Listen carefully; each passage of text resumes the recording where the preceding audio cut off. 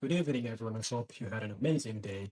I hope you get everything that you were watching towards. But yeah, we're back again on another stream. We have a lot of things to talk about.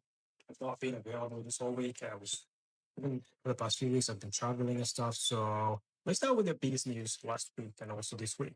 Maybe, frankly, the biggest news past few months, maybe the whole of this year. There's finally peace in the Middle East. At least that's what it seems like. The war in Gaza is finally over. Trump somehow convinced the Israelis to stop their genocidal war in Gaza. And surprisingly, it's holding up very well, very nicely. I didn't expect this, I have to be honest. I was cautiously optimistic. I didn't think this is going to succeed. I thought the Israelis are going to violate it again. Remember, Netanyahu violated 7 ceasefire agreements, and he has no problem violating an eighth ceasefire, right? But it's holding up very nicely. The first phase is sort of over. We're going to go over the things that what is supposed to, how the first phase looks like. This is the timeline for the first phase of the plan. Is first, there's going to be ceasefire, and that was implemented on October 9th and actually happened. And then there was the Israeli withdrawal, which happened the next day, I believe. Then the hostage deal, which was done yesterday. Very early yesterday, there are 20 Israeli hostages or prisoners were released by the H group in Gaza. And subsequently, up to 2,000, I believe, of the Palestinian hostages or prisoners held in Israeli prisons were released. So, and then the humanitarian aid to, I believe, these two have taken place. So I think I can say that we are in the second phase right now. Trump confirmed this. Last time we talked about the second phase, he said that we are literally in the second phase right now, and the phases are interlocked. The moment we deal, where the moment one phase ends, we immediately start the second phase. And I think the negotiations over the things that are going to happen in the second phase are already taking place. But there are a few things here to discuss. Number one is how this whole peace deal happened. Remember, Israel was not involved, or at least not involved in the way traditional um, negotiations like ceasefire negotiations happen. Both sides who are fighting are actually brought and they discuss things, right?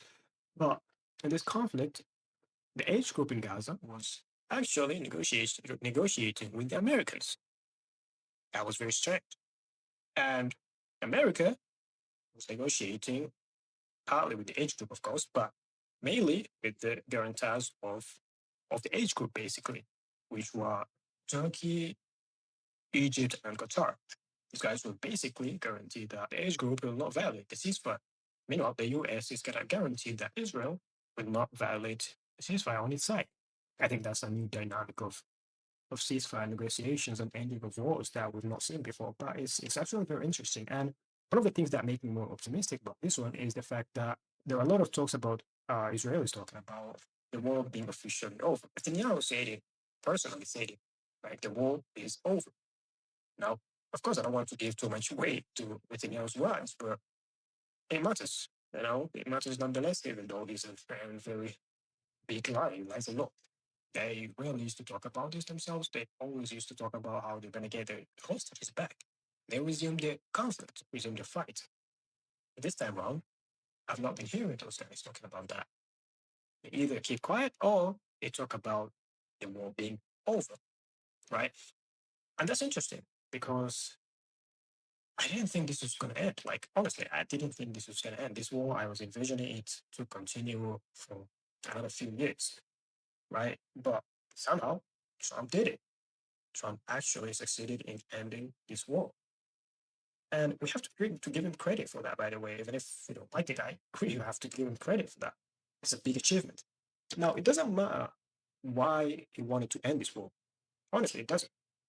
Whether it was for his own ego, whether it's because he wants to leave a legacy behind, since this is his last presidency, or whether he wants the Nobel Peace Prize, which for some reason he really, really wants. Right? I assume he just woke up one day and he was like, you know what? Getting the Nobel Peace Prize is actually going to be a very, very good thing, right? Wouldn't I be remembered for that? But Actually, what makes more sense is that Barack Obama actually won the Nobel Peace Prize, right? It would only make sense for Trump to want it too. Remember, he has a severe inferiority complex over Barack Obama. Whatever Obama had or did, this guy wants to do it or even trump it, which is good. You know, in my opinion, it's kind of good. Like if he wants to compete in doing good things, that would be great. At the time when Obama was bombing countries and just talking about stopping wars and ending, like pulling back in his troops, Trump is actually delivering. He's actually doing these things. We see in the Middle East, he's pulling troops from Iraq, Syria, which comes under a general US strategy where they're trying to pull back from the Middle East. The age of America being in the Middle East, the story, the love, hate story of America in the Middle East, the only killing they used to do, all those traumas, terrorist fighting, this and that, regime changes, blah, blah, blah, fighting ISIS. It's over, guys. It's over. And get a pivot into China, into Southeast Asia, maybe East Asia, to the Pacific generally. So Trump wants the Nobel Peace Prize. And there's nothing wrong with that if he's competing, if he wants to get those things by stopping wars, he's more than welcome. As far as I'm concerned, he's more than welcome.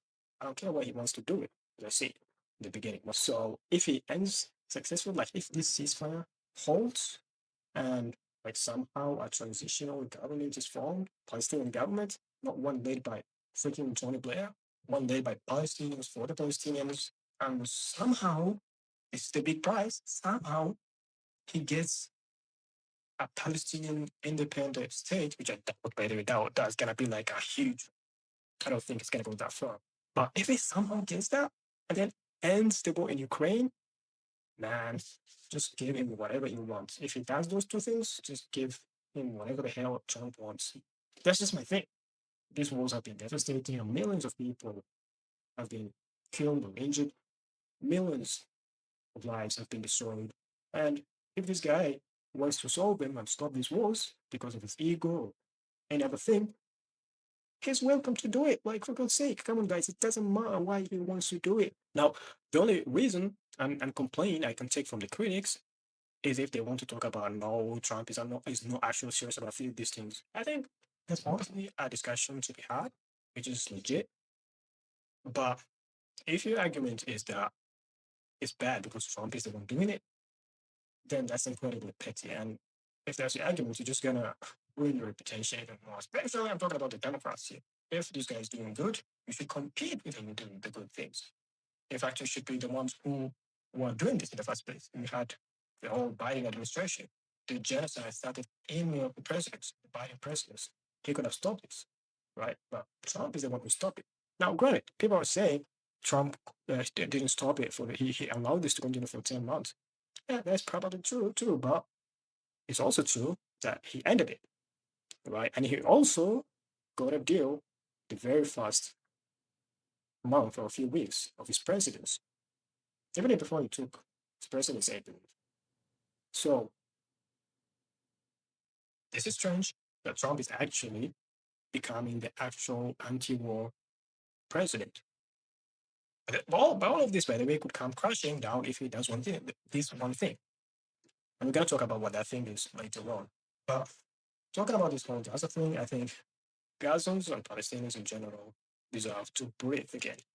They deserve peace. They deserve justice. They deserve recognition from the world. Let them create their own state. These people have suffered enough. They should not be displaced. They should not be, I don't know, like they should not be oppressed anymore. Like just let them live. Give them their rights.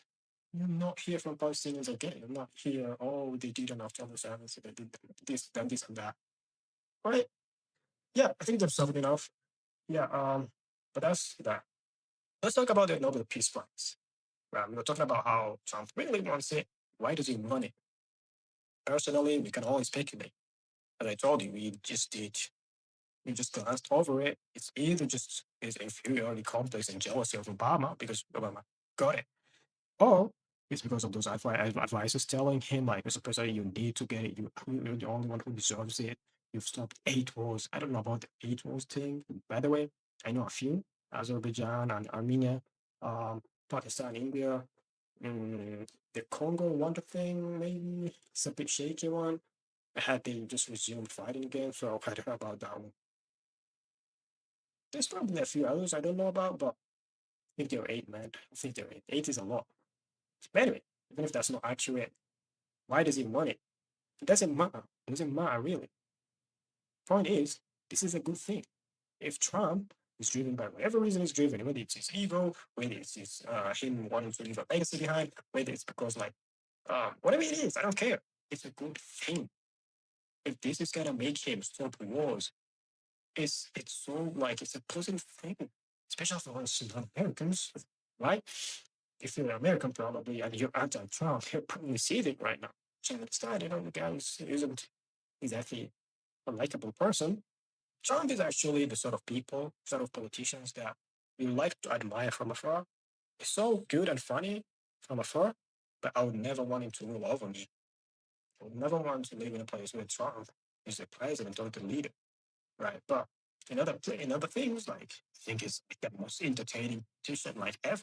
Apart from certain African politicians, like politicians are just full-time comedy comedians, man.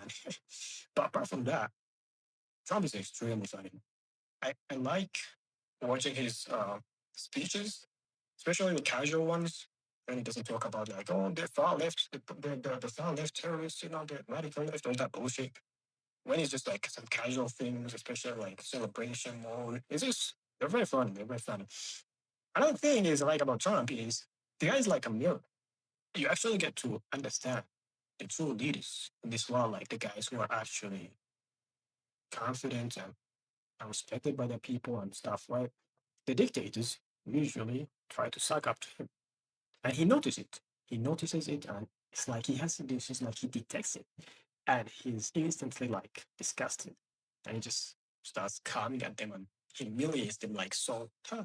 It's so entertaining to watch that. And he does it wherever he goes. So we've deviated a lot, but coming back to our topic about Trump getting the Nobel Peace Prize, if he achieved the things I've talked about, just give him the Nobel Peace Prize, man. Just let him get it. But looks like he's not gonna wait that long. As you guys know, last week, um, if I'm not wrong, they were actually giving out the Nobel Peace Prize, and it went to this Venezuelan leader. I didn't know who he was. I thought it was just some activist or something. And in a mad plot twist, she dedicated or handed over the Nobel Peace Prize to Donald Trump. Now that was crazy. I was like, well, I didn't because I didn't know who she was. Before searching up her name, I didn't know who she was, and I was like, okay, what is going on here? Was this coordinated? Like, what's up? And then I found out that she was the former presidential candidate